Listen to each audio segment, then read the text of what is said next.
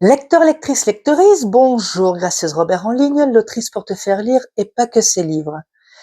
Alors, aujourd'hui, jour des chroniques, c'est le jour où j'ai décidé de parler de livres qui me tiennent particulièrement à cœur et qui parlent de sujets quand même très importants. Et donc, nous allons parler de La folle épopée de Lou B, un artiste hors norme. Alors, dans tous les sens du terme, puisque pour ceux qui le connaissent, Lou est un homme, parce que maintenant c'est un homme qui a certainement 28 ans depuis le temps que le livre est sorti. Il est aveugle et il est aussi autiste parce qu'il est atteint d'un syndrome, euh, un syndrome extrêmement rare dont je vais retrouver le nom, si je vais le retrouver plus tard, qui fait que il a une membrane du cerveau qui n'est pas complètement formée. Et du coup, c'est ça qui fait que il est autiste et en même temps il a des capacités musicales qui sont exceptionnelles. Parce que je ne sais plus à quel âge il a commencé à jouer du piano, mais ça a été très tôt. Et en gros, entre jouer du piano et apprendre le calcul en braille avec sa maman, le choix était vite fait. Voilà. Et donc, cette épopée est racontée par son papa, Luc Bolland. Et ce qui est important à souligner, je trouve aussi, c'est que Lou a validé le récit. Parce que donc le papa l'a écrit. Il a partagé énormément de choses en tant que papa, de sa vie de famille. Et, euh, et c'est Lou qui a dit qu'il était d'accord pour publier le texte comme il était. Et alors, ce qu'il y a de très chouette aussi, alors j'avoue que j'ai pas tout regardé, mais il y a des liens vidéo qu'on peut retrouver sur la chaîne de Lou, où on va voir justement toute l'évolution de Lou. Alors, on peut le faire avec le livre d'un côté, et puis le PC de l'autre pour regarder les petites vidéos, pour retrouver un peu à quelle étape il se trouve, parce que Lou a vécu des choses assez incroyables, grâce à ses parents aussi notamment, parce qu'il a fait sa première télévision avec Morane en 2008, à 10 ans. Euh,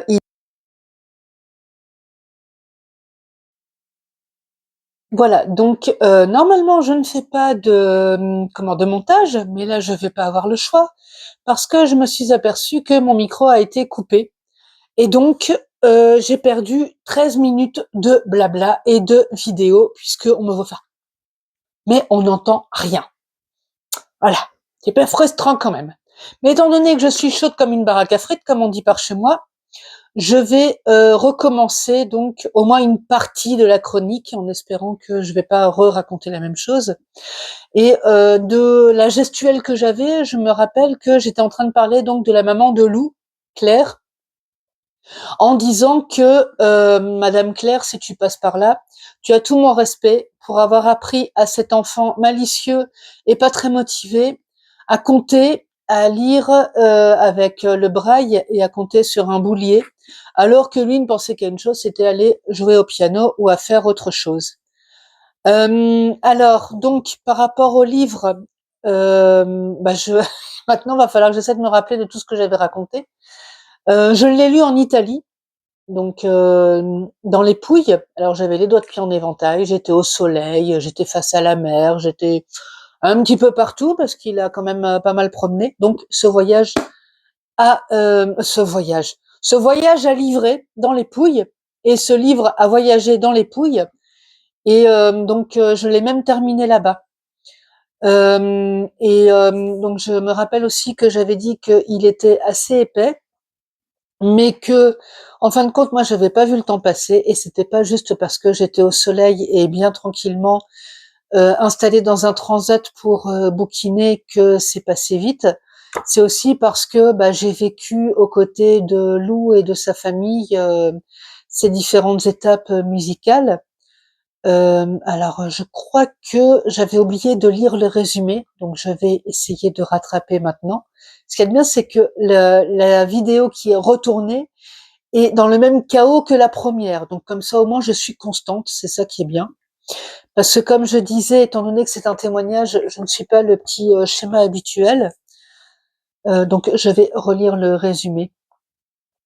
Sans doute avez-vous déjà entendu parler de Lou B, ce jeune artiste surdoué de 26 ans qui chante et joue du piano en autodidacte depuis qu'il a 6 ans. À l'âge de 4 mois, Lou a été diagnostiqué aveugle et plus tard autiste, un syndrome extrêmement rare, un enfant perdu aux yeux de nombreux professionnels. Mais Lou est né avec cet incroyable joker, des capacités musicales hors normes qu'ont très vite décelé ses parents, qui dès lors ont cultivé ce précieux don, se sont battus pied à pied pour le sortir de sa bulle et vaincre ses peurs. Et le miracle de se produire, Lou a participé à sa première télévision en 2008, à l'âge de 10 ans avec Morane. Il a ensuite marqué les esprits et la toile avec ses reprises de Stromae et d'Arnaud, ses duos avec Vianney, Patrick Watson et bien d'autres. Et enfin, ses parcours jusqu'aux demi-finales de La France a un incroyable talent et de The Voice Belgique. Dans cette folle épopée racontée par son papa Luc Bolland, on rit, on pleure, au cœur de leur intimité, des combats amicaux et d'un amour sans limite. Un récit poignant qui nous pousse à réfléchir à notre humanité. Donc je me rappelle aussi avoir parlé de l'autisme, justement. Alors, ce qui serait bien, c'est que je reprenne le nom du syndrome dont Lou est atteint, parce que je trouve que ça a quand même son importance. Parce qu'il y a des recherches qui sont faites sur le sujet, mais malheureusement, c'est pas forcément des recherches qui sont très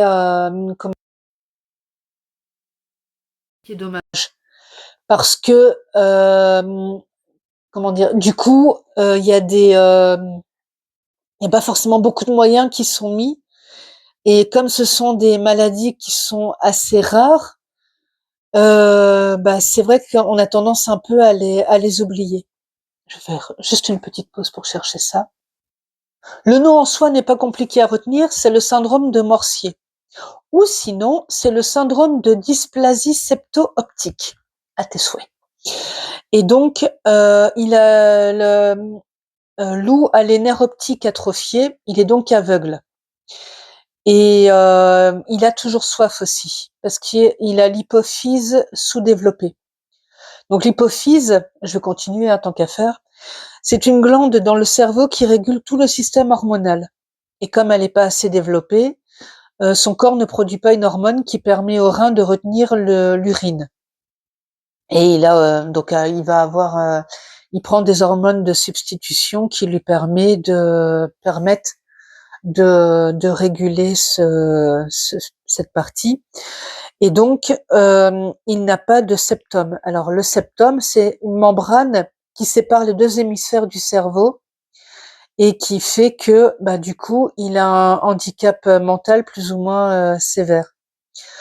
Donc, bah, le Lou, du coup, lui, il a il a ce syndrome qui fait qu'il va avoir un suivi médical qui est beaucoup plus sérieux que d'autres enfants.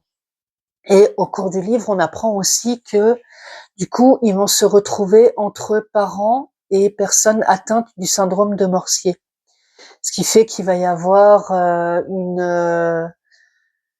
comment dire, une relation particulière entre ces personnes-là, parce que, bah, bien sûr, en général, quand c'est comme ça, on se comprend plus facilement parce que on se sent un peu moins seul et on va pouvoir discuter des événements de la vie que ces personnes-là connaissent et que d'autres ne vont pas forcément comprendre. Parce que donc, dans la première vidéo que j'ai tournée, je disais aussi que justement, quand on est face à des personnes autistes, on va pas avoir les mêmes réactions. Parce que quand on va mettre 10 personnes autistes dans une même pièce ou dans une même école, on va avoir 10 formes d'autisme différents. Et il va y avoir des autistes comme Lou qui vont être extrêmement talentueux au niveau musical. Il y en a qui vont parler, il y en a qui ne vont pas parler. Il y en a qui vont être dans leur coin, il y en a qui vont avoir des activités. Enfin, voilà, ce sont des personnes qui ont un fonctionnement complètement à part et auquel il faut s'adapter. Et même pour eux, c'est extrêmement compliqué parce qu'ils vont essayer parfois d'avoir des interactions ou de communiquer et ils vont pas forcément réussir, où ils vont pas avoir la personne en face qui va comprendre ce qu'ils veulent exprimer ou pourquoi ils réagissent de cette manière-là. Donc faut faire preuve d'énormément d'adaptation. Et c'est vrai que quand on a un autiste dans la famille, on va réagir différemment parce que on est déjà sensibilisé. Et donc, on va pouvoir être plus réceptif à certains comportements ou à certaines attitudes ou certaines réactions et peut-être anticiper des réactions d'une autre manière par rapport à des personnes qui n'ont pas l'habitude. Euh, je ne connais pas d'autiste personnel, enfin, je n'ai pas côtoyé d'autistes depuis très longtemps, mais en tout cas, c'est vrai que, si en fin de compte, si. Enfin, soit, on s'en fout, c'est pas le sujet.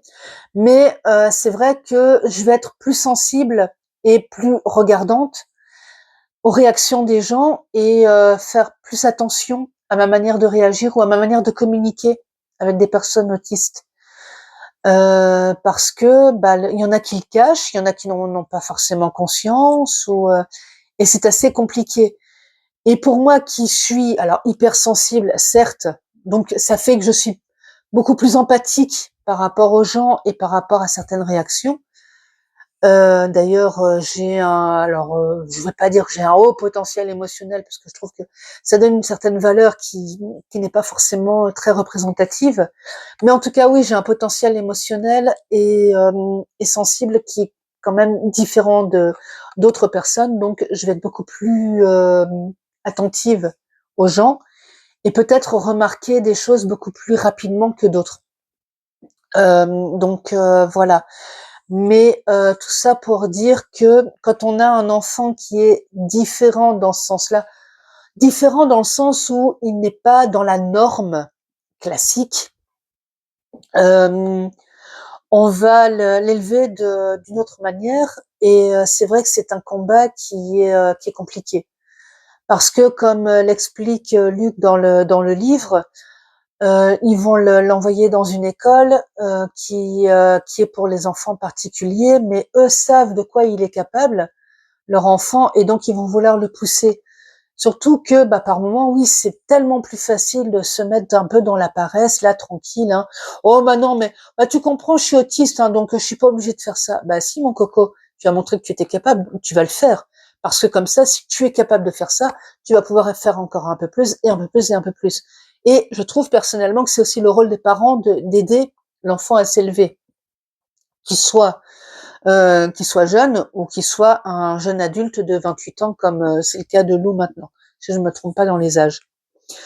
De quoi j'avais parlé aussi, je parlais du fait que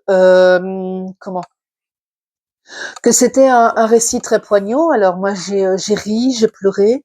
J'ai écrit aussi à Luc parce que donc je l'ai en ami sur Facebook et je lui donnais aussi des retours par moment en direct en disant tiens j'en suis à tel moment et tout et c'est vrai que j'étais extrêmement touchée par l'histoire en tant que en tant qu'être humain, en tant que femme, mais aussi en tant que maman, en me disant mais c'est vrai que moi par moment j'ai des difficultés avec mon enfant parce qu'elle m'a pas été livrée avec le mode d'emploi malheureusement, et donc j'écris le mode d'emploi tous les jours.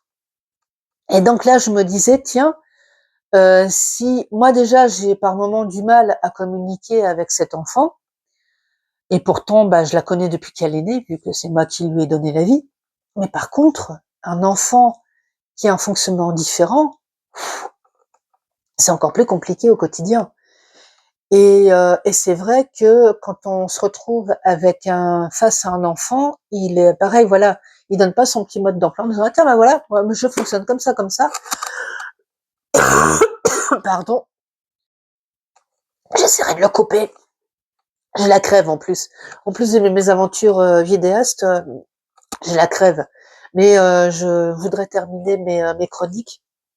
Donc j'ai dit, même pas peur, on va passer au-dessus. Je vais me prendre ma petite cuillère de miel tout à l'heure. Et donc, on va faire les chroniques quand même. Et donc, je parlais de mode d'emploi d'enfants.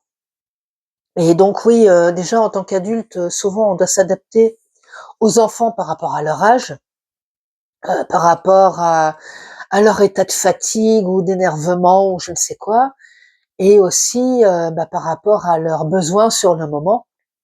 Et quand ce sont des enfants qui ont un fonctionnement de base encore différent par rapport à nos critères habituels, là, on met le niveau quand même vachement plus haut.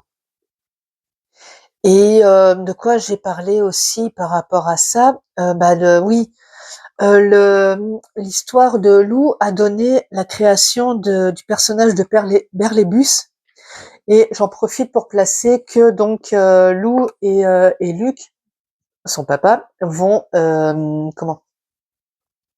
donnent un spectacle déjà actuellement, Berlébus, et je vais y assister avec ma précieuse progéniture.